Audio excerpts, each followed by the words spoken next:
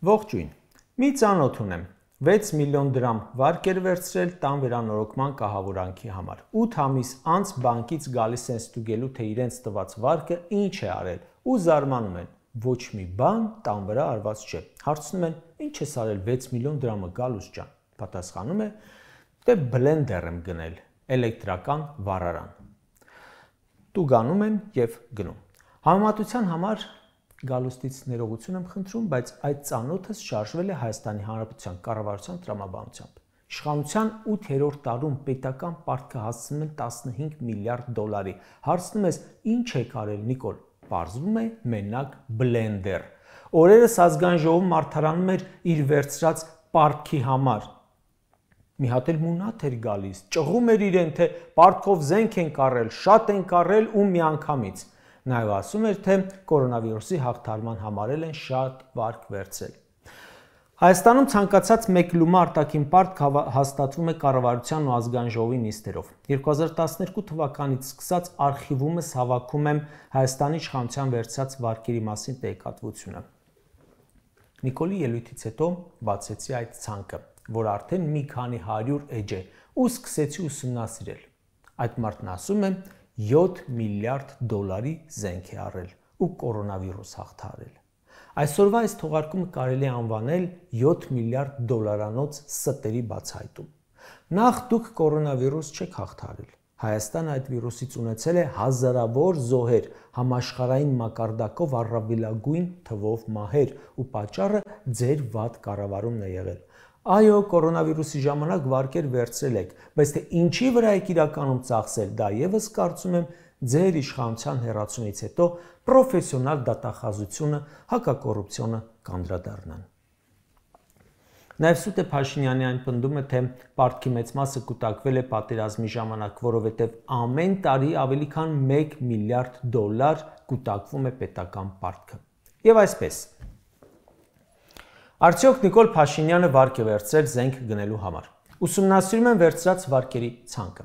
Պատերազմից 3 ամիս առաջ կորոնավիրուսի օրերին կառավարությունը հաստատել է Արժույթի միջազգային հիմնադրամից 315 միլիոն դոլար վարկ ձեռք բերումը։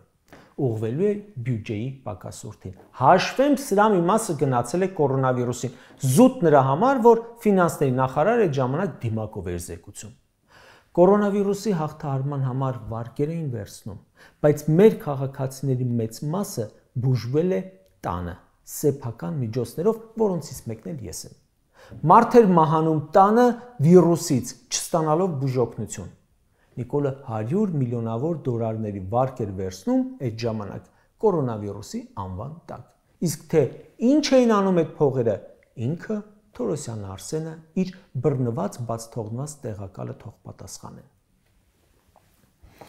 2020 թվականի հունիսի 24-ին դարձյալ կորոնավիրուսի ժամանակ խորհրդարանը հաստատում է Արժույթի միջազգային հիմնադրամից 248 միլիոն դոլար վարկը։ Ինչի մասն էր այն։ Ոչ զենքի, ոչ կորոնավիրուսի, անունը դրել էին տնտեսական հիմնարար կառուցվածքային բարեփոխումներ։ Թե ինչ բարեփոխում են արել, իրենք գիտեն։ Հանրությունը հաստատ իր մաշկի վրա 4 միլիարդ դոլարի ազդեցություն չի զգացել։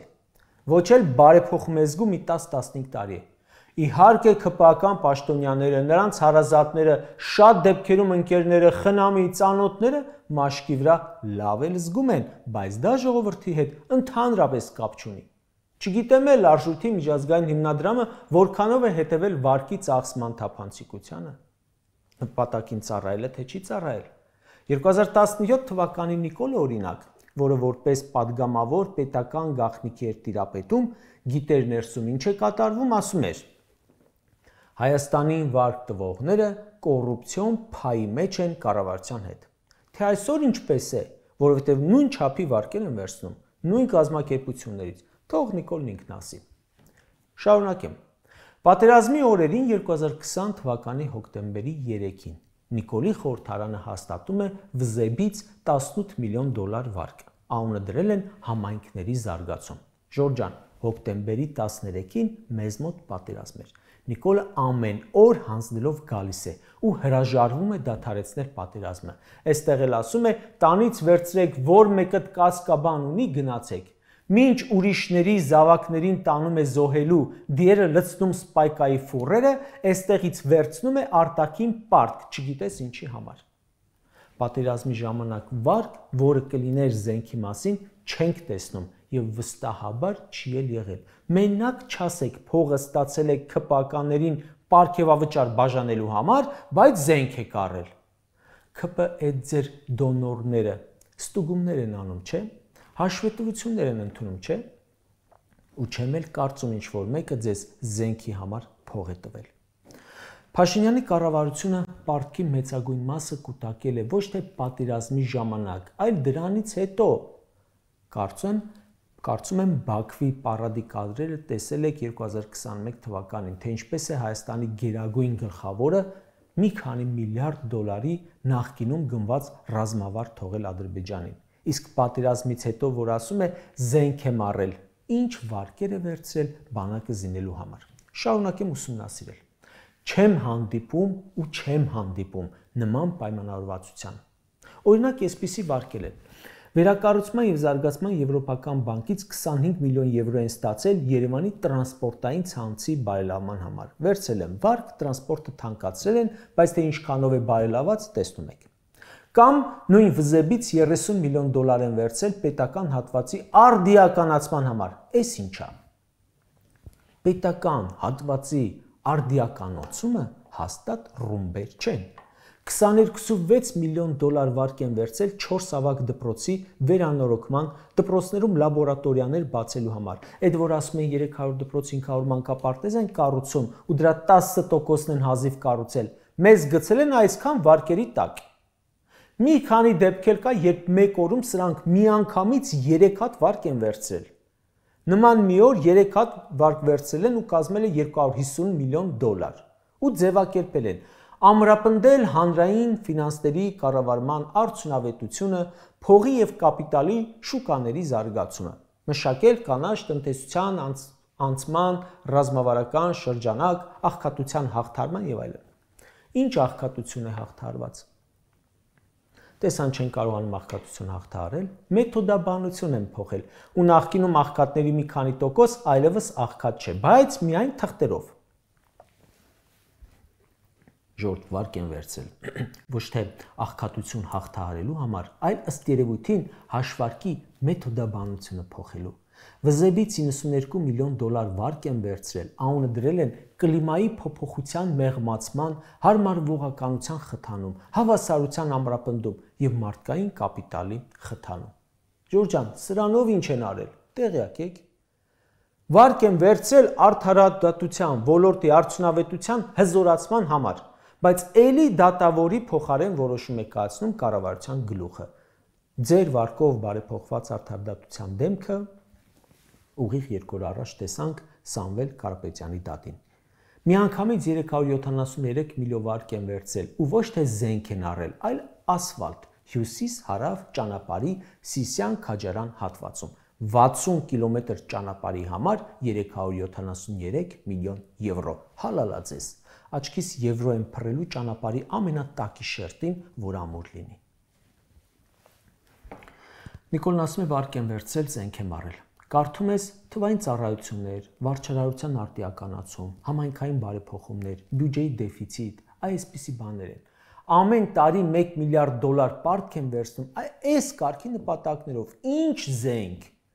Դուք զենք առնող էիք, դուք եք ասում զենքն ինչ ենք անում, խաղաղություն է։ Բայց նաև այդ վարկերով ոչ գործարան են բացել, ոչ բարեփոխել են մարդկանց կյանքը, ոչ աղքատություն են վերացրել, ոչ աշխատատեղ են բացել։ Հայաստանի Հանրապետության պետական բյուջեն երբ նայում ես ՔՊԱ-ների հայտարարագրերը, ոնց որ հատուկ իրենց ծառայի։ Այսինքն ոչ միայն զենք չի առել, այլև նորմալ ոչ մի բան չի արել։ Բյուջեի դեֆիցիտը փակելու համար վերցրել են պարտք ու կազմակերպել են ֆեստիվալներ, 6 միլիոն դոլարանոց համերգ, 1.5 միլիոն դոլար տվել է, որ ամանորին զարդարվի, Նիկոլի անվան հեծանվարշավ, լողի արշավ ու եսիմ ինչեր են արել։ Այդքան ճոխ աշխատավարձ ու պարգևավճար է տվել թիմին, ամեն բողոքի ակցիա ցրելու համար հատ-հատ, կարմիր, սև բերետավոր, պարեկ, ոստիկան է պարգևատրվել, փող են չէ դրանք, կարճ ասած։ որ Նիկոլ Փաշինյանը ստեր է ասում, որևէ մեկին համոզելու կարիք չկա։ Ուրեմն այս զենք իբր գնելու մասին սուտն էլ հերթականներ։ Այս անգամ այդ սուտը զենքի մասին էր, բայց այնուամենայնիվ ամենակարևոր հարցն է մնում. զենք չես առել, գործարան չես բացել, աղքատություն չես վերացրել, թոշակ չես բարձրացրել, մի տեսանելի նորմալ բան չես արել։ Բա ուր են այդ ձեր վերցրած փողերը։ Հա, եթե այդքան արտաքին պարտքը ուղեիր զենքի գնմանը, հիմա կունենայիր առնվազն ատոմային ռումբ, ոչ թե պուլտով շուն։